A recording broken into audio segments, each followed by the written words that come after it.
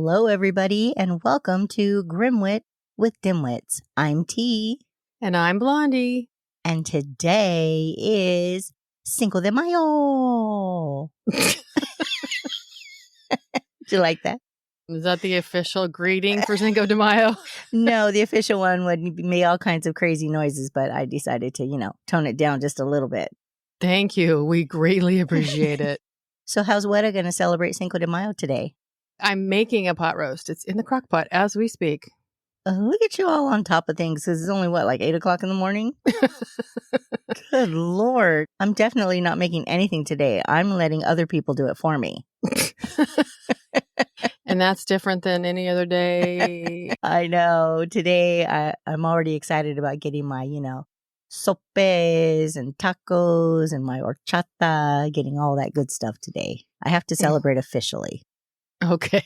It's not that I want to, but it is a requirement. It is a requirement for your nationality. Is that what you're saying? That's right. My people.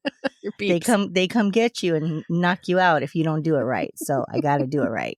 Okay, I'll give you that one. I was going to say knock you up. That's not right.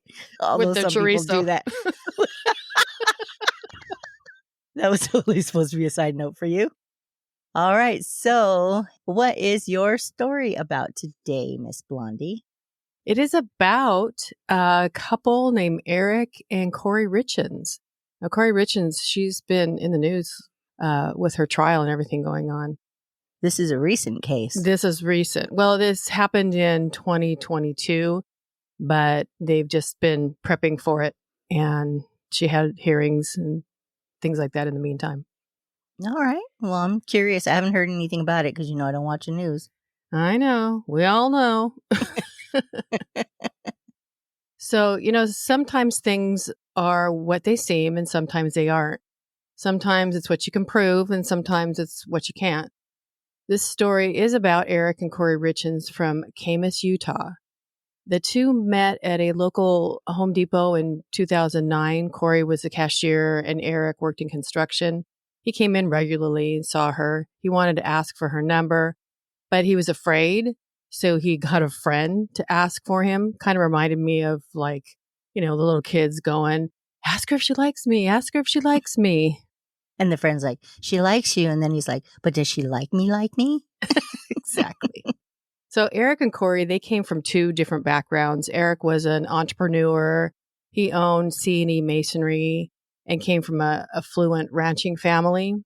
And Kouri, she didn't come from money. In fact, she actually worked as a housekeeper to put herself through college. Wow, good for her and good for him. Right. Everyone thought they were perfect together. They got along with each other's families.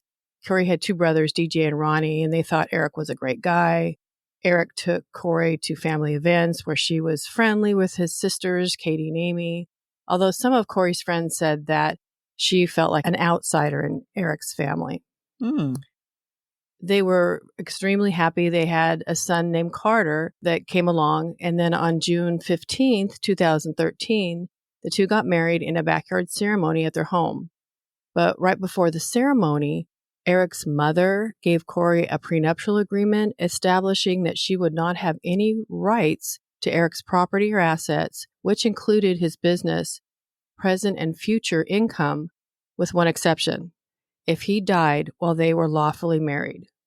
That's just, hey, let's start the marriage off with this. And why is his mother getting involved in this? I mean, stuff like this pisses me off. It's like, why are your parents involved in your relationship and your marriage? And she's entitled to be supported if they were to divorce. Even if he didn't die, she's entitled to that. I agree. This is just my thought, probably because he came from that affluent family. It's family money. And that's what probably was in her head. I'm guessing. Yeah, but I mean, it sounded like this was Eric's business, which is why I'm like, this is your son's business, not your business. So back off, lady. Well, what are you going to do? Mama's there.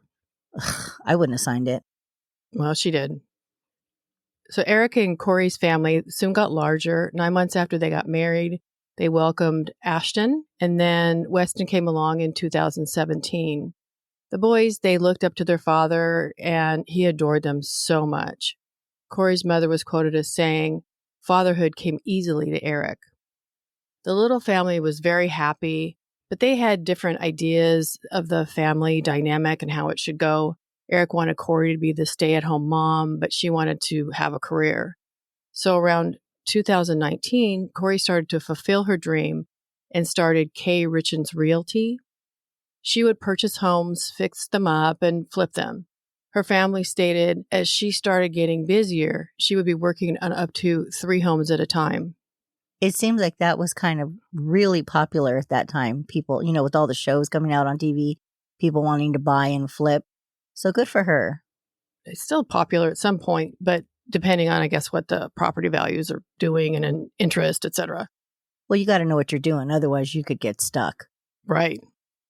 Even though Eric and Kouri were busy, they took time for themselves and went to Greece in 2019 with a group of friends. And one night, Eric became violently ill after having a cocktail. Kouri called his doctor to see what she should do to help him.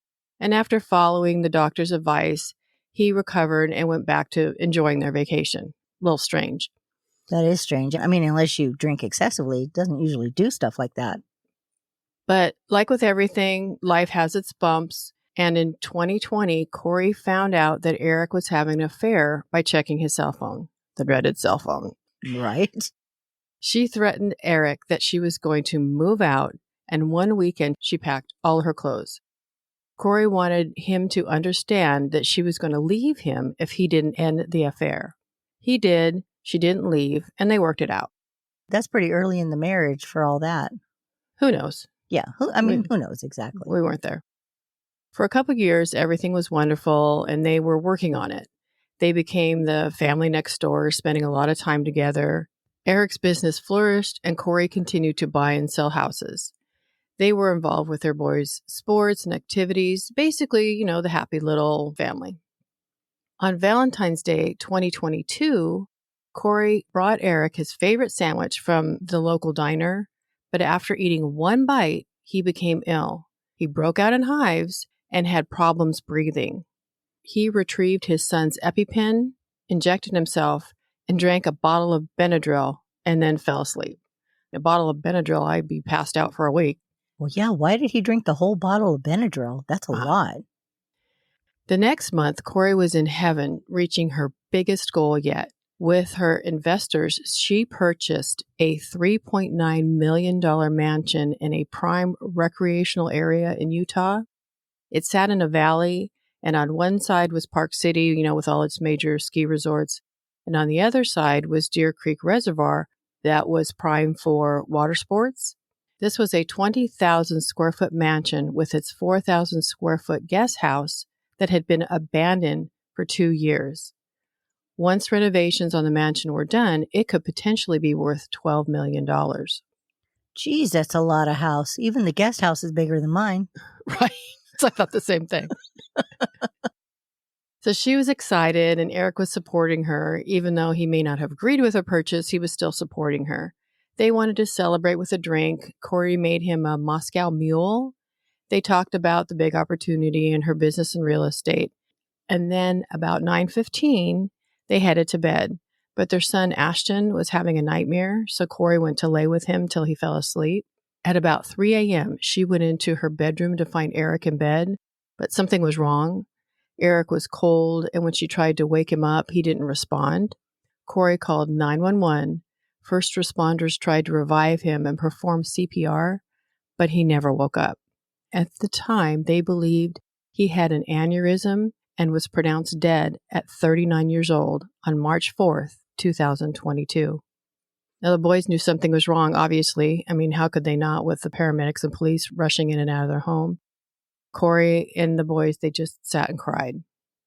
Shortly after the funeral, the autopsy results came in, and the cause of death wasn't an aneurysm, but a lethal dose of illicit, non-medical grade fentanyl, a level 5 times a lethal dosage. Well, that kind of came out of nowhere. That sure did. I didn't know there was a medical grade version of fentanyl. I thought it was all non-medical grade.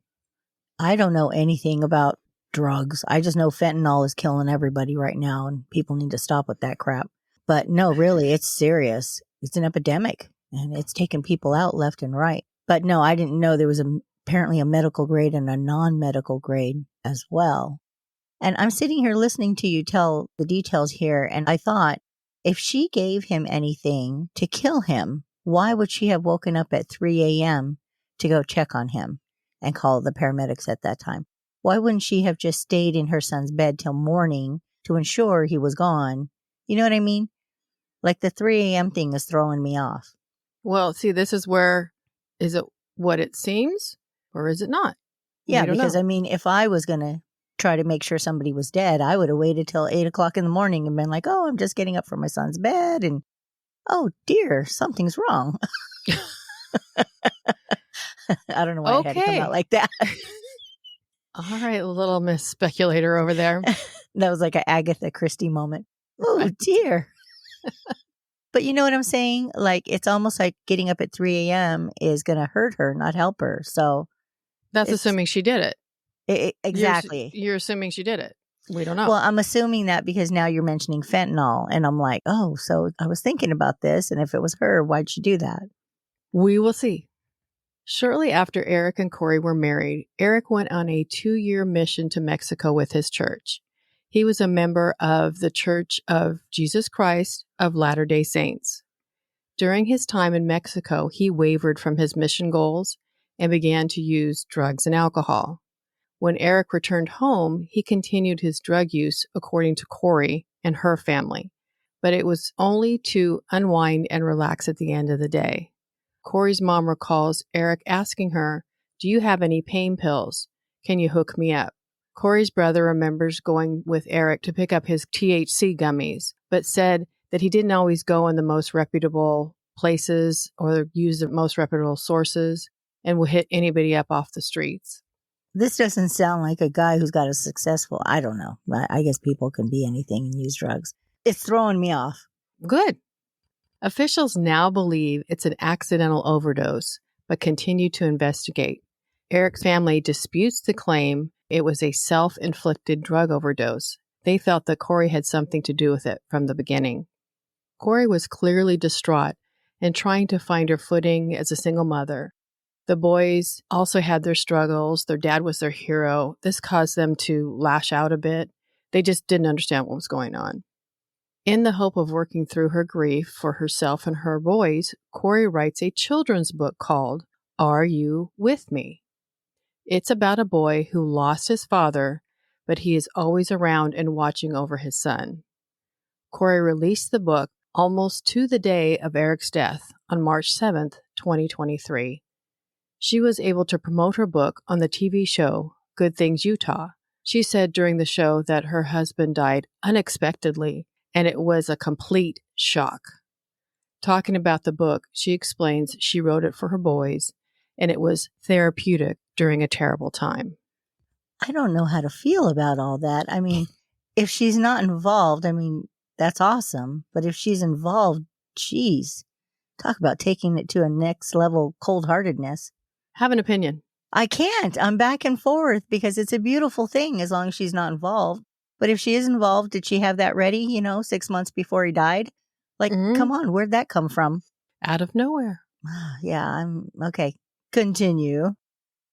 Things are starting to get better and healing. But like I said earlier, there's always a bump in the road.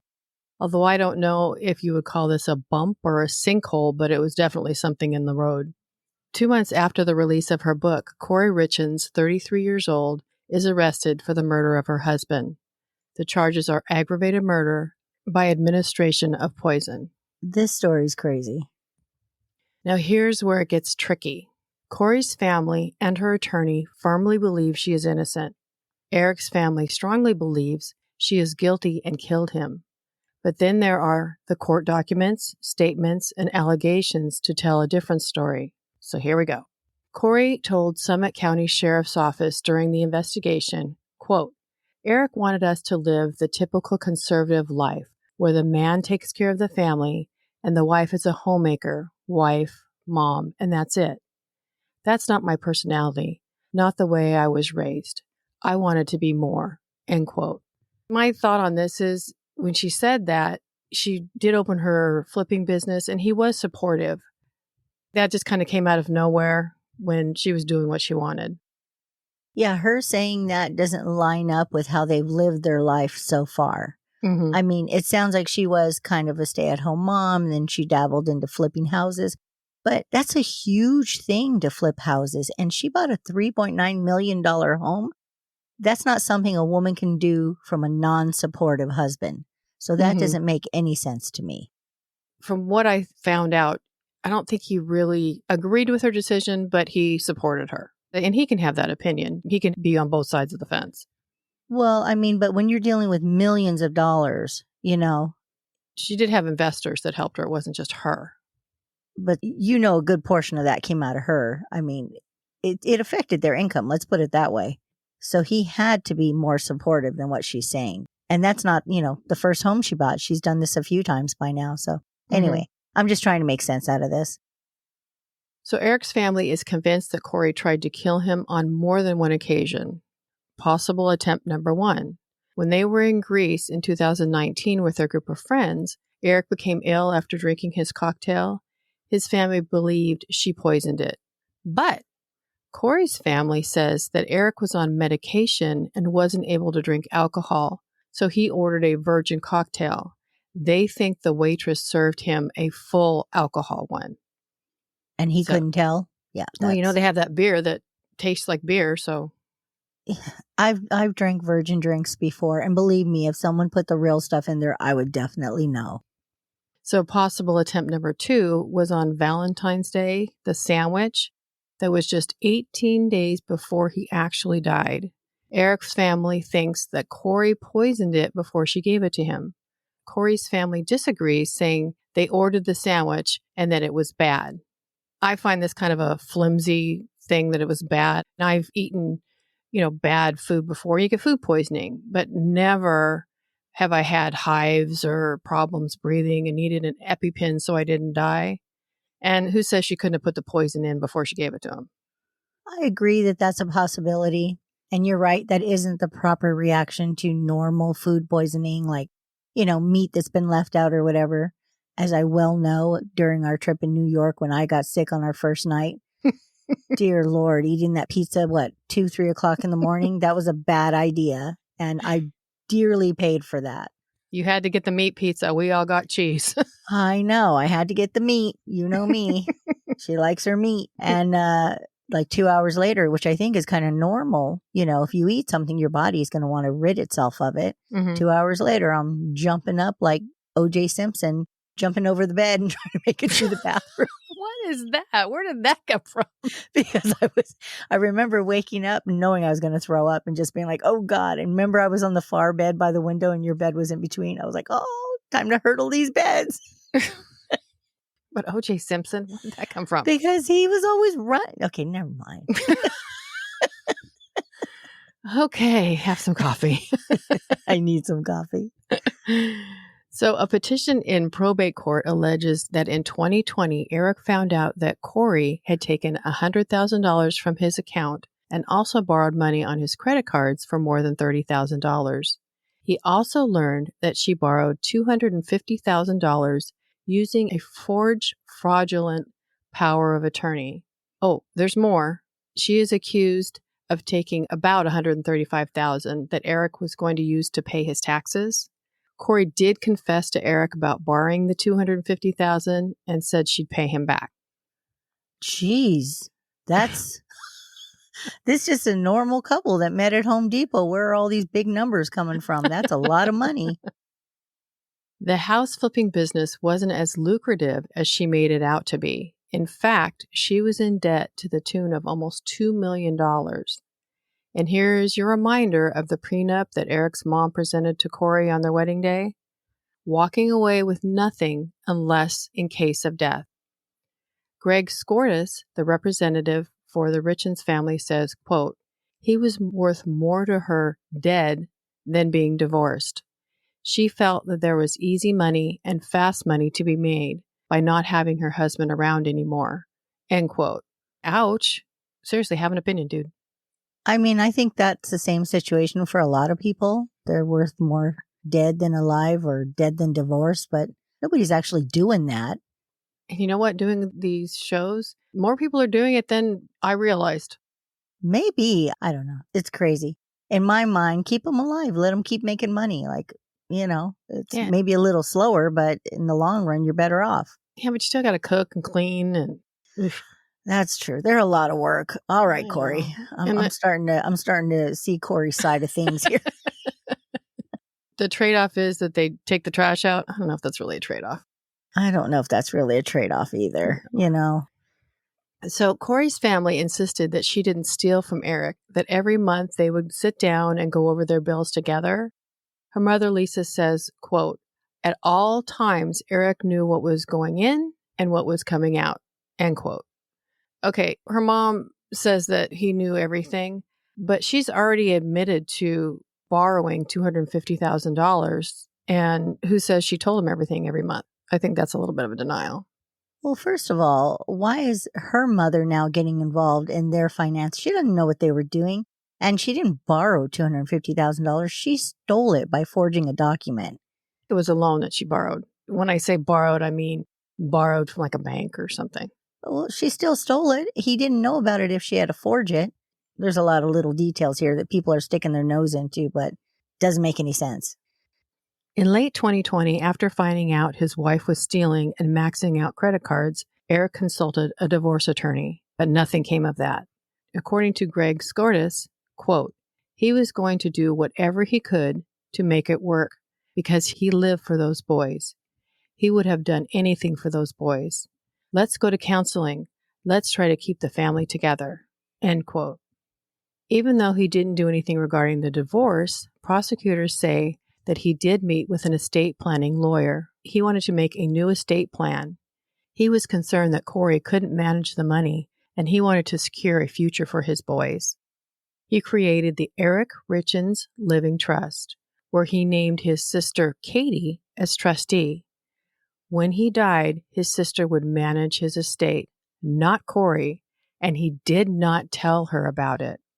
His family also said that Eric thought Kouri might be trying to kill him. I thought that was interesting. He didn't tell Kouri about the trust, but he did tell his family he thought that Kouri was trying to kill him. I didn't know you could do that. I didn't know you could tie all your money up in a trust and deny your partner what they should be entitled to as your spouse. I don't know the details of the trust. She probably did get a percentage from the trust, but everything went into the trust and she was not in charge of it. That was the main thing. But that's what I'm saying. I didn't know people could do that. So like if I wanted to be a jerk, I could say, okay, everything I own when I die, my husband doesn't get, my brother gets to handle it for him. I didn't know you could do that. Interesting. Now I'm curious. There better not be a tease husband trust. After Eric's death, a group of friends and family were at the Richins' home sharing their condolences and bringing food for Kouri and the boys. One of Kouri's friends recalls her calling a locksmith to come and open Eric's safe, which, according to the criminal complaint, contained $100,000. Eric's sister Amy told Kouri not to open the safe. And then in steps the estate planner who wrote up the trust, who informs Kouri that all of Eric's assets would be controlled by his sister, Katie. Can you guess what Kouri's reaction was? Yeah, I'm mad just thinking about it. I'd be like, how do you know that's not my money in there? According to the estate planner, Kouri said, quote, "What's wrong with you people? This is my house," end quote. She is then informed that the trust owns the house, also controlled by Katie. Enraged, Kouri hits Amy. Amy later tells the judge she was struck with pure hatred and rage. Kouri pleaded no contest to a domestic violence charge. How angry do you have to get to do that in front of your kids and your family and your friends? Smack your sister-in-law around? I don't know. I'm not a violent person, but I might get that angry if somebody came into my house and said, well, it's my house now. And you know what? Everything you have is mine too, to control. You get nothing, especially after your husband passed away. Like, talk about kicking her when she's down.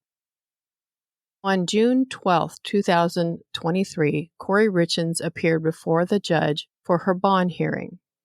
This turned out to be a 4-hour hearing with elements of a mini trial. The court was to determine if Kouri should continue to be held without bail during her pretrial period. Witnesses were called to testify.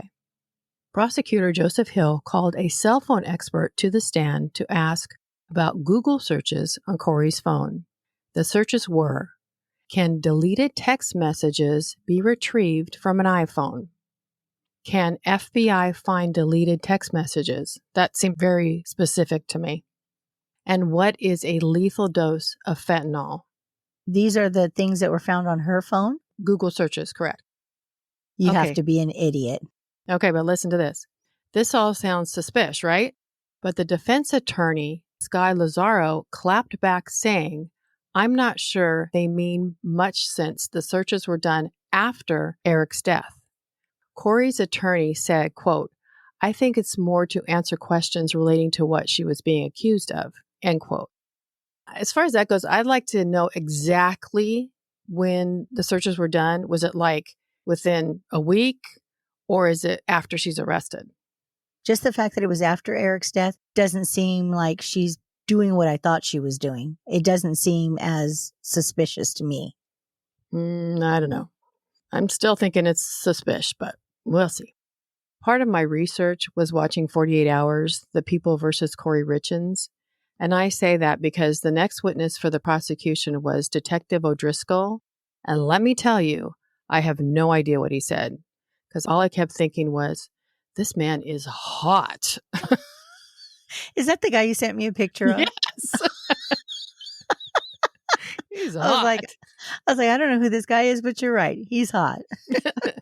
So Detective O'Driscoll's testimony was about an interview that he conducted with a woman named Carmen, who worked for Kouri cleaning houses. She also cleaned the family home.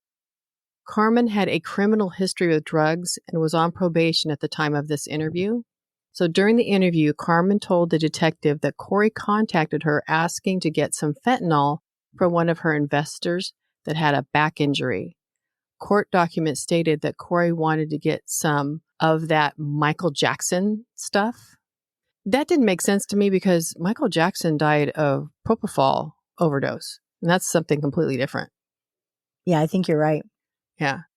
Carmen purchased 15 to 30 fentanyl pills, and either later that evening or the next morning, she met Kouri and exchanged the pills for cash. The transaction was about 3 days before Valentine's Day 2022. You know, the bad sandwich? Yeah, because it was laced with fentanyl mayonnaise. I don't know. That's crazy. Yeah, this isn't looking too good. So lucky me, Detective O'Driscoll was still questioned more about the second drug purchase. Kouri contacted Carmen again approximately a week later to purchase more fentanyl, only this time she asked for a stronger batch than the first one. Carmen delivered a second batch of fentanyl to Kouri's home. Kouri wrote her a check out of the business account for $1,300, which was actually good thinking. Days later, Eric was dead. Why was it good thinking to write it out of the business account? Just hang on to your seat. Oh, okay, go ahead. Defense attorney Lazaro cross-examined the detective by first asking about the $1,300 check. Could it have been for some other reason, like house cleaning? Because remember, she worked for her. She did house cleaning. Oh, yeah. He said he didn't want to speculate. But Lazaro then brought up the fact that Carmen is a convicted felon and that she's not credible. Lazaro says, quote, she was on probation at the time. I think anytime you have an informant type situation, we can call into question the veracity of their statements with a motive for what they are saying, end quote. Lazaro continues her cross-examination of Detective O'Driscoll by breaking down Carmen's probation, her charges, and possible prison time she may be facing. Bringing these up during the interview is a common law enforcement tactic that might be used for leverage. Defense attorney Lazaro then asked if there was any evidence backing up the statements that Carmen made about the text messages. He said no. Or if anyone else saw Carmen and Kouri meet to exchange the drugs. He replied, quote, not that I know of, end quote. I guess I didn't see this not connection being such a big deal until now. However, court documents show that texts between Kouri and Carmen had been deleted off Kouri's phone from January 2nd till after Eric's death. Oh. See, back and forth. You know, this is why people need burner phones. Okay, little Miss CSI. I'm just saying, don't use your own phone for stuff like this. Come on now. This is iPhone 101. iPhone 101. iPhone doesn't make a burner. I'm saying about using your personal iPhone. Okay. Also presented to the court was the motive for Eric's death to be at the hands of Kouri because of payouts from life insurance. His family said that it was cold-hearted greed. Documents listed at least 6 life insurance policies on Eric Richins. One of these policies was set up in January 2022 with Eric's forged signature. All in all, the policies totaled almost $3 million. Wow. Well, she's only $1 million ahead because she's $2 million in debt. Come on. Think it through, Kouri. Okay, crazy. Burner phones and think it through. Come on, people. At the end of the 4-hour hearing, the judge denied Kouri's bail and said she would remain in custody. The circumstances of the case did not warrant release of any kind. In September 2023, while in custody, Kouri had a medical emergency. She was taking prescription medication, and they gave her the wrong medication, causing her to have a seizure. She was rushed to the hospital, but fully recovered. Boy, these people have no luck with medicine. Absolutely none. None. While in the hospital, her cell was searched, and they found a handwritten letter to her mother, Lisa.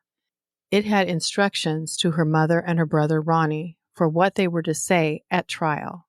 At the top of this letter, in large letters, it says, "Walk the dog." Kouri has a 16-year-old dog, and she wanted to make sure her mother was taking care of it. The letter said things like, "We need to show that Eric had a drug problem while in Mexico.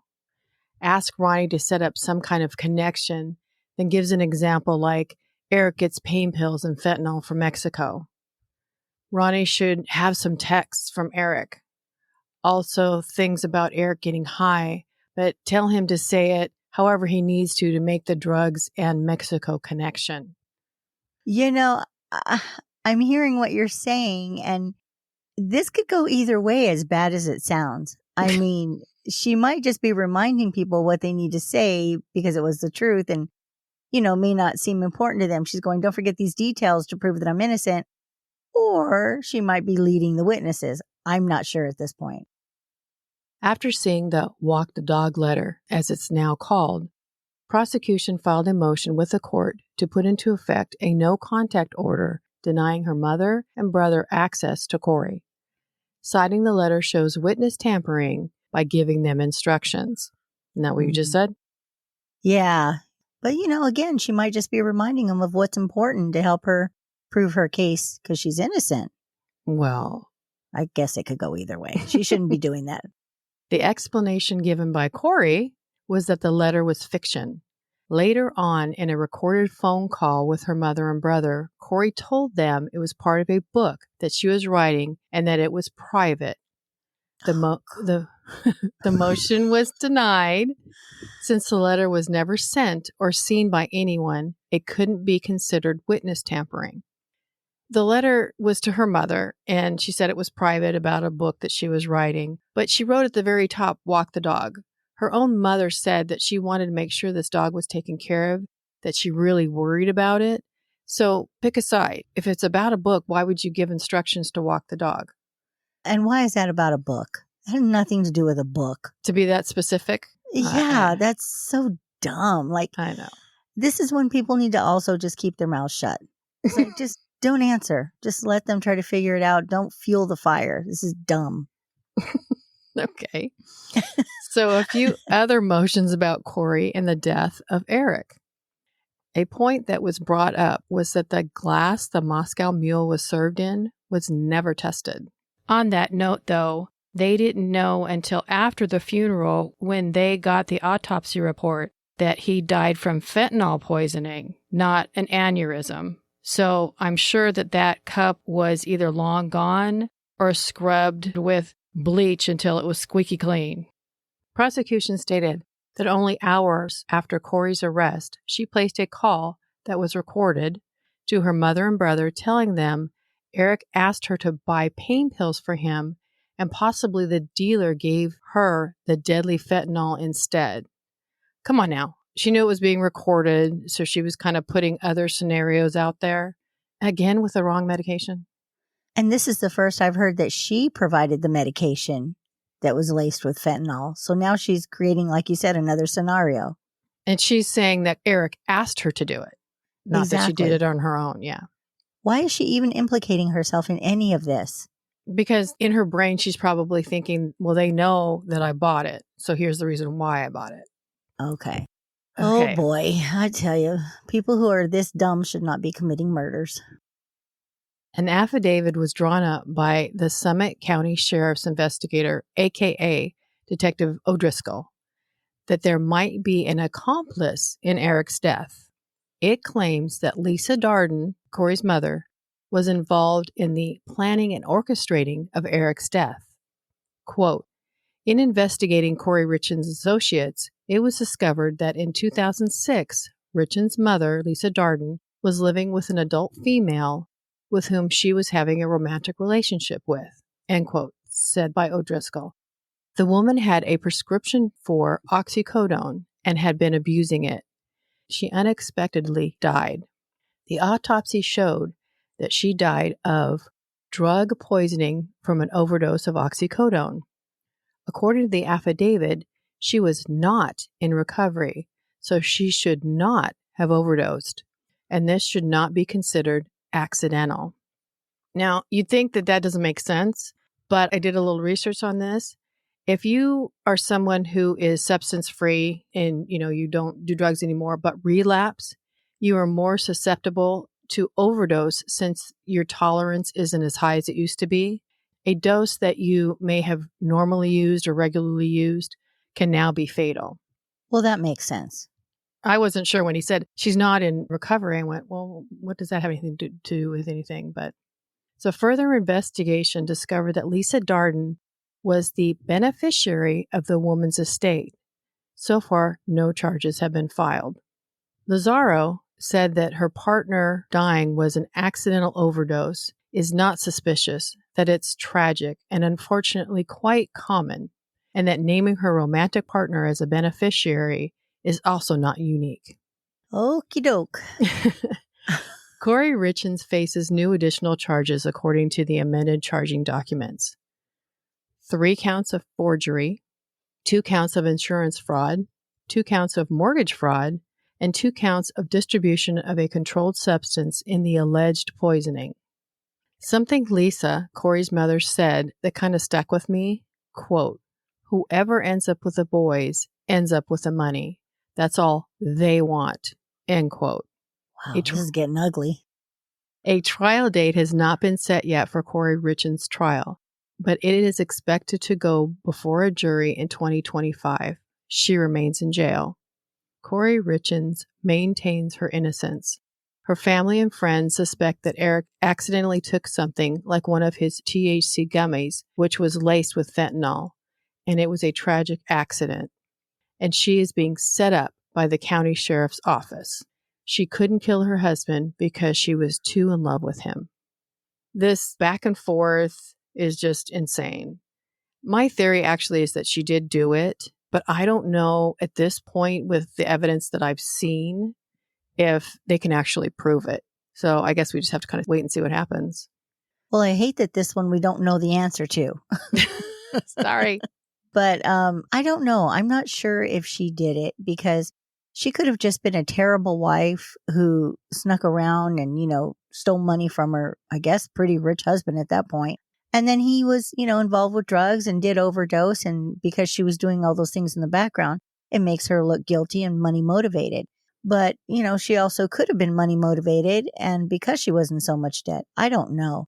For me, this can still go either way because it doesn't sound like either of them were very innocent of the things they were doing, her with the money, him with the drugs. But I don't know. I'm really curious to see how this plays out in the long run. Well, we will find out. You better do an update.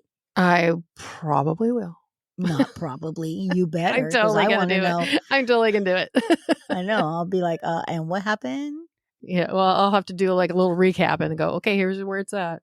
Perfect. That's what I need because this feels very unfinished. I'm going to be thinking about this all day. and on Cinco de Mayo, where I should be thinking of good food, good things. I was just going to say, you're going to be thinking about this all day while you're stuffing down some tacos and sopas. It's going to make me eat too much because I'm worried about it. We have it recorded now, so we know why you ate too much. That's my story, and I'm sticking to it.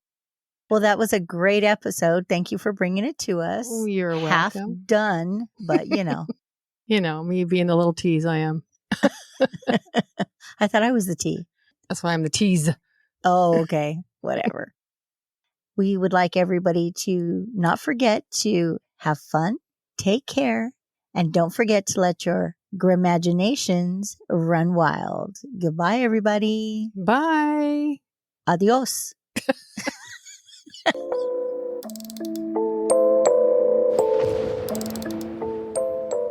We just want to thank you all for sharing your time with us.